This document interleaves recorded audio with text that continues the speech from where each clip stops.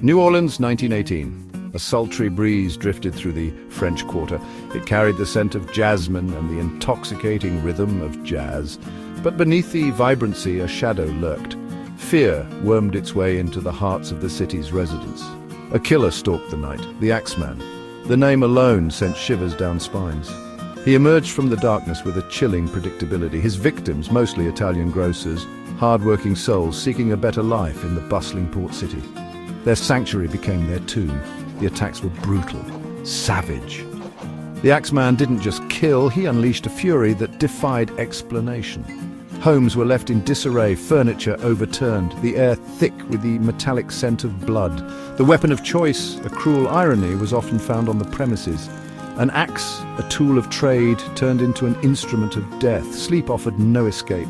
The city's once comforting night sounds now carried a sinister undertone. Every creak of a floorboard, every rustle of leaves outside a window could signal the Axman's approach. Fear became a constant companion. The Maggio family was known for their generosity. Their small grocery store on Magazine Street was a neighborhood hub. They greeted everyone with a smile and a warm loaf of bread, fresh from the oven. No one suspected they would become the Axman's next victims. It was a Tuesday, much like any other. The day's heat lingered long after the sun had set. Inside the Maggio home, behind the grocery, the family slept. They were unaware of the dark figure lurking outside their door. The intruder entered silently, his movements practiced and efficient. He grabbed an axe, its handle worn smooth from countless deliveries. The silence of the night was shattered by the thud of wood against flesh. The morning light revealed the gruesome tableau. The Maggio family butchered in their beds. The patriarch, his wife, their 2 young children, all gone. The axe lay discarded on the floor, still dripping with their blood. Word of the Maggio massacre spread like wildfire through the French Quarter. Fear morphed into terror. The authorities were baffled. Clues were scarce, the killer a phantom. The newspapers, hungry for any scrap of information, fueled the hysteria with lurid headlines and sensationalized accounts. Theories abounded, swirling through the streets like the humid summer air. Some whispered of a voodoo curse, a vengeful spirit unleashed upon the city. Others pointed fingers at rival gangs, their turf wars spilling into the homes of innocent citizens. Saloons buzzed with speculation. In hushed tones, patrons shared the latest rumors, each more outlandish than the last. The Axman became a ghoulish legend. His crimes whispered around campfires and late-night card games. The police, under immense pressure to catch the killer, conducted raids, rounded up suspects, and offered rewards. But the Axman remained elusive. His motives, his identity, all remained shrouded in mystery. March 13th, 1919.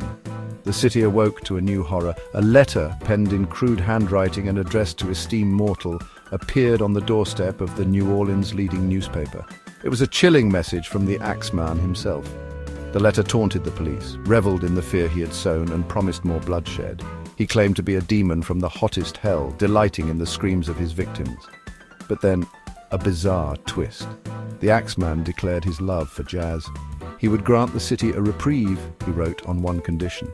On the night of March 19th, the eve of St. Joseph's Day, every home must be filled with the sounds of jazz. Those who obeyed would be spared. Those who did not, well, the Axman promised a fate too gruesome to imagine. Section 5, Jazz as a shield against evil. The city held its breath. Fear wrestled with a strange sense of hope. Could music truly appease a demon? The thought seemed absurd, preposterous, yet faced with a terrifying ultimatum, New Orleans chose to believe. Jazz, the soul of the city, its lifeblood, became its savior.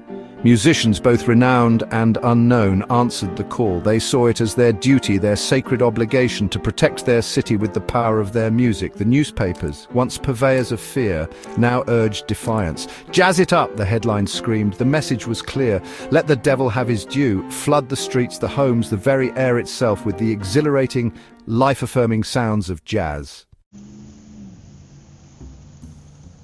March 19th, 1919. The sun dipped below the horizon, casting an eerie orange glow over the city. As darkness descended, a different kind of energy filled the streets of New Orleans.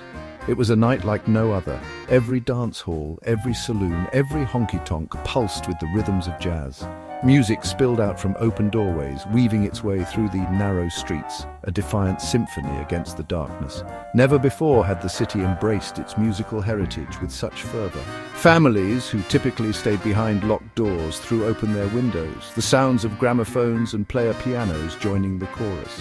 In the French Quarter, impromptu street parties erupted, the infectious joy of the music momentarily banishing the fear that clung to the humid air. The night passed without incident. The Axman, it seemed, had kept his word. Relief washed over the city, followed by a wave of jubilation. They had stared into the abyss and emerged through the power of music unscathed. The events of March 19th became the stuff of legend, a testament to the city's indomitable spirit. The Axman, though his reign of terror remained a chilling memory, had inadvertently cemented jazz's place as the heart and soul of New Orleans. One song in particular captured the zeitgeist of that unforgettable night. Joseph John Davila, a local composer, penned the mysterious Axman's jazz, "Don't Scare Me, Papa." The tune, a jaunty, upbeat number, became an instant hit, a defiant anthem of survival. The Axman never struck again. The investigation, though, continued. Leads were followed, suspects interrogated, but the case remained frustratingly cold. Then, in December 1919, a new name emerged. Joseph Mumfre, a small-time crook with a history of violence, became the prime suspect. He had been terrorizing the Italian community, demanding protection money. When one grocer refused, his wife was found brutally murdered. The case took another unexpected turn when Mumfre himself was shot dead in Los Angeles, his killer. The grieving widow of his last victim, seeking vengeance for her husband's death, the Axman, it seemed, had met a fittingly violent end. With Mumfre's death, the Axman investigation officially went cold. Some believed Mumfre was indeed the notorious killer, his death bringing a definitive end to a reign of terror. Others remained unconvinced. The evidence linking Mumfre to the Axman's earlier crimes was circumstantial at best. Whispers persisted that perhaps the real Axman was still out there, lurking in the shadows, his true identity a secret buried by time. The legend of the Axman continues to fascinate and terrify. He remains an enigma, a shadowy figure forever etched in the annals of New Orleans' dark history.